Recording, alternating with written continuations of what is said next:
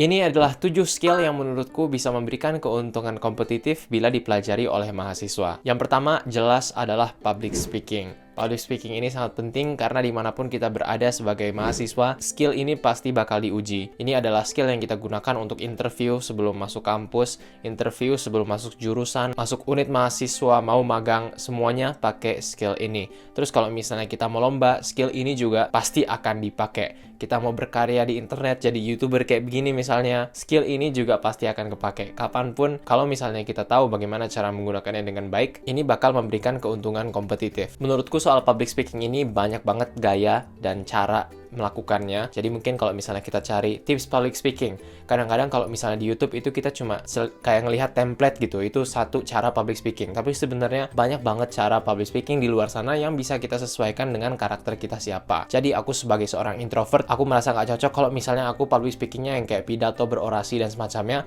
Tapi kalau misalnya public speakingnya kayak gini, aku ngomong santai dengan vibe seperti ada di coffee shop gitu, melihat matahari senja, itu rasanya aku lebih bisa nyaman dan aku bisa menyampaikan ide-ideku dengan lebih baik juga. Kuncinya menurutku soal public speaking ini adalah jam terbang. Jadi kapanpun ada kesempatan bagi kita buat ngomong, coba langsung angkat tangan. Biasanya kalau kita sedikit takut, itu adalah tanda yang bagus buat kita untuk ngambil aja keputusannya. Coba tambah jam terbang kita di situ. Dulu awalnya aku takut banget kalau misalnya ngangkat tangan pas lagi ada sesi pembicara gitu di sekolah. Tapi setelah beberapa waktu aku SMA, itu aku sering banget angkat tangan. Meskipun terasa malu, mungkin juga di hati teman-teman lain, ini anak sering banget angkat tangan dan semacamnya, tapi itulah yang mengumpulkan jam terbangku yang mengizinkanku punya cukup banyak kepercayaan diri untuk ikut lomba-lomba public speaking. Dan dari lomba public speaking itu bertambah lagi, naik level lagi, dan saat ini aku berani ngomong di depan kamera, di depan ratusan ribu orang mungkin yang nonton di YouTube, dengan kemungkinan bahwa videoku selama-lamanya akan tetap ada di internet sebagai jejak digital. Skill yang kedua adalah coding. Kalau bagiku ini mungkin termasuk skill yang sebenarnya pengen aku pelajari daripada skill yang udah aku kuasai. Jadi dengan coding ini, apapun kalau misalnya kita punya ide, itu bakal lebih gampang terwujud. Kita punya ide bisnis, kalau misalnya kita tahu basic dari codingnya, kita tahu bagaimana cara mengaktualisasinya. Misalnya aku mungkin sebagai kreator, dengan adanya kemampuan coding, itu aku bisa ngebikin funnel yang mendorong orang misalnya dari channel YouTube, terus nanti masuk ke website, terus masuk ke produk-produk lain yang aku jual gitu katakan. Tapi karena aku nggak punya kemampuan itu saat ini, aku jadi nggak tahu gimana caranya mengkonsepin funnel tadi. Jadi orang nggak cuma jadi penonton aja, tapi katakan jadi customer atau jadi pelanggan dan semacamnya. Ini juga berguna kalau misalnya kita ada di lomba-lomba startup, kayak misalnya hackathon, ideathon, dan semacamnya, yang butuh semacam aktualisasi dari ide, dari bisnis plan. Dengan tahu coding ini, semuanya bakal jadi lancar jaya. Kemarin waktu aku kuliah teknik, itu aku sempat belajar kelas namanya adalah pengenalan komputasi. Itu aku belajar Python yang dasarnya, tapi setelah itu aku nggak terlalu banyak follow up lagi ke apa yang udah aku pelajari, dan akhirnya sekarang aku jadinya belajar HTML, CSS, sama JavaScript berbarengan. Aku masih pemula banget di coding ini, tapi aku tahu bahwa hampir semua buku tentang perusahaan rintisan yang aku baca itu pasti ada aspek codingnya di sana. Jadi meskipun aku nggak jago-jago banget, mungkin nantinya bisa nge-hire atau ngenyewa orang lain untuk membuat kode atau membuat website dan semacamnya, bisa outsourcing namanya seperti itu. Tapi menurutku kalau misalnya aku tahu dasarnya aja, itu bakal membantu kayak setidaknya gambarin petanya dulu. Nanti detailnya gimana, itu mungkin bisa di outsource dan semacamnya. Skill yang ketiga adalah skill menulis dan mengetik. Ini adalah skill yang sangat-sangat game changer, terutama kalau kita adalah mahasiswa, itu adalah seperti kehidupan kita, mengetik, nulis tugas, dan semacamnya. Menulis ini menurutku membantu kita untuk melancarkan ide kita. Jadi kalau misalnya kita udah pernah menulis sesuatu, di saat kita harus ngomong ke depan orang, itu bakal jadi lebih lancar, idenya lebih ngalir, karena kita udah tahu bahwa kita sebelumnya udah pernah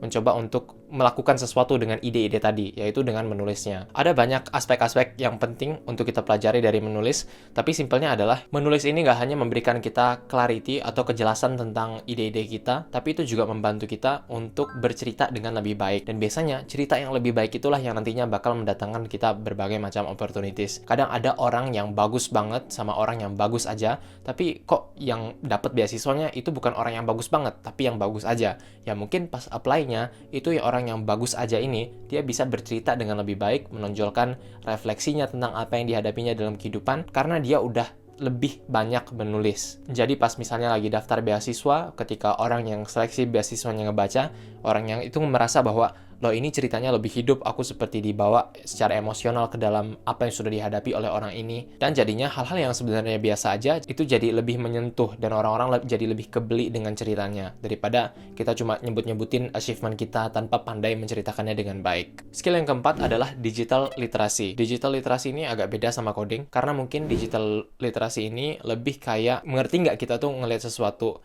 ketika ada di internet, bisa nggak kita berkomunikasi dengan internet atau hal-hal digital. Ini kayak misalnya sesimpel kita ngebuka Google Search. Apa kita Google Search-nya cuma dipakai buat gambar burung misalnya? Apakah kita akan ada di level itu aja atau kita bisa lebih lagi?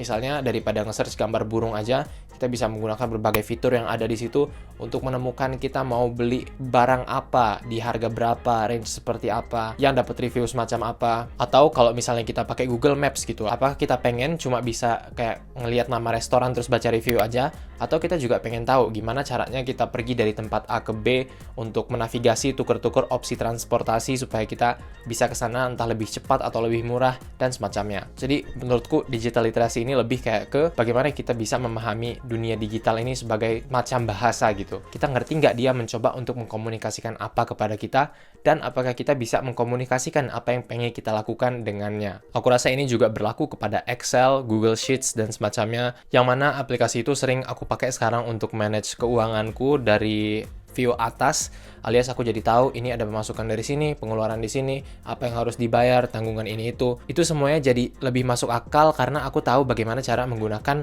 atau memposisikan ini ke sana, menghubungkan ini ke sini, terus menggunakan rumus-rumus atau formula apa, dan itu semua karena aku mencoba untuk belajar atau meningkatkan digital literasiku. Skill yang kelima, ini mungkin bukan skill yang bisa dipraktekin gitu, tapi ini adalah skill yang sangat berguna, yaitu adalah skill untuk mengatakan tidak. Sebagai mahasiswa kita bakal ditawarin berbagai macam opportunity, dan kenyataannya adalah sebagaimanapun kita pengen melakukan semua hal, sebagaimanapun kita pengen bersikap baik atau sopan terhadap orang lain, kita punya energi yang terbatas, kita punya waktu yang terbatas, dan karena itu bukankah lebih baik kalau misalnya kita cuma pilih 2 atau 3 hal yang kita fokusin, dan di sana kita memang benar-benar bisa komit, sehingga hasilnya lebih baik buat kita dan juga proyek yang kita komit kepadanya. Aku cukup familiar dengan mengatakan tidak ini karena sejak profilku naik sebagai seorang content creator, YouTuber, dan semacamnya, itu hampir setiap beberapa hari akan ada undangan masuk, dan kenyataannya adalah sebagaimana aku pengen ngebantu, kebanyakan dari undangan yang masuk itu nggak masuk akal buatku dan waktuku yang terbatas. Jadi aku harus berani mengatakan tidak. Menurutku ini butuh latihan pada awalnya, dan bahkan ada juga orang yang beberapa kali marah kepadaku, tapi pada akhirnya aku jadi kebiasa dengan itu dan kulitku lebih tebal, dan setelah beberapa kali mengatakan tidak,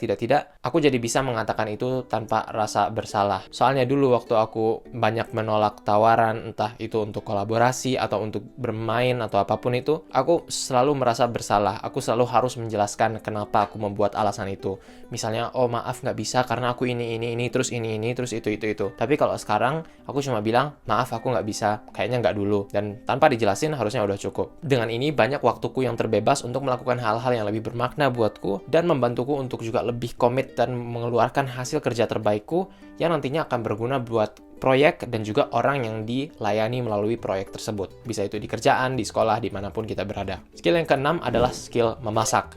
Ini adalah skill yang baru aku coba pelajari saat aku pindah ke Jepang. Karena entah kenapa, katakan aku kuliah di Indonesia, aku kayaknya nggak bakal belajar memasak. Kenapa? Karena banyak hal yang accessible di Indonesia yang enak, tapi harganya juga murah. Kalau misalnya kita di Jepang katakan, itu kita mau makan di luar, itu minimal keluar tuh kayak 50.000, 60.000 rupiah. Kalau 3 kali sehari kayak gitu, 150.000 per hari, dikali dengan 30 hari, mungkin jadinya 4 juta, 5 jutaan buat makan doang, itu kayak nggak masuk akal buatku. Jadi mau nggak mau, aku harus belajar masak. Tapi di Indonesia, aku bayangin, dan aku tanya-tanyain ke orang yang di Indonesia, kenapa nggak belajar masak gitu sebagai mahasiswa, katanya adalah bisa pergi keluar, bayar 5.000, 10.000, dapat nasi kucing, dapat makanan enak dan semacamnya. Tapi sekarang setelah aku coba masak selama hampir 1 tahun terakhir, itu aku menyadari bahwa masak ini bukan cuma soal menghemat uang, tapi itu juga soal bagaimana kita bisa lebih sehat jadinya. Kesehatan ini penting karena bukan hanya kayak katakan kita mau hidup lebih lama dan semacamnya gitu, tapi ini juga penting untuk keseharian kita di jangka waktu yang lebih dekat. Dengan kita masak sendiri, kita lebih tahu bumbu-bumbu apa aja, bahan-bahan apa aja yang masuk ke dalamnya, jadi kita bisa bener-bener pilih kira-kira mana yang sehat, mana yang enggak buat kita. Aku juga belakangan ini sering ngikutin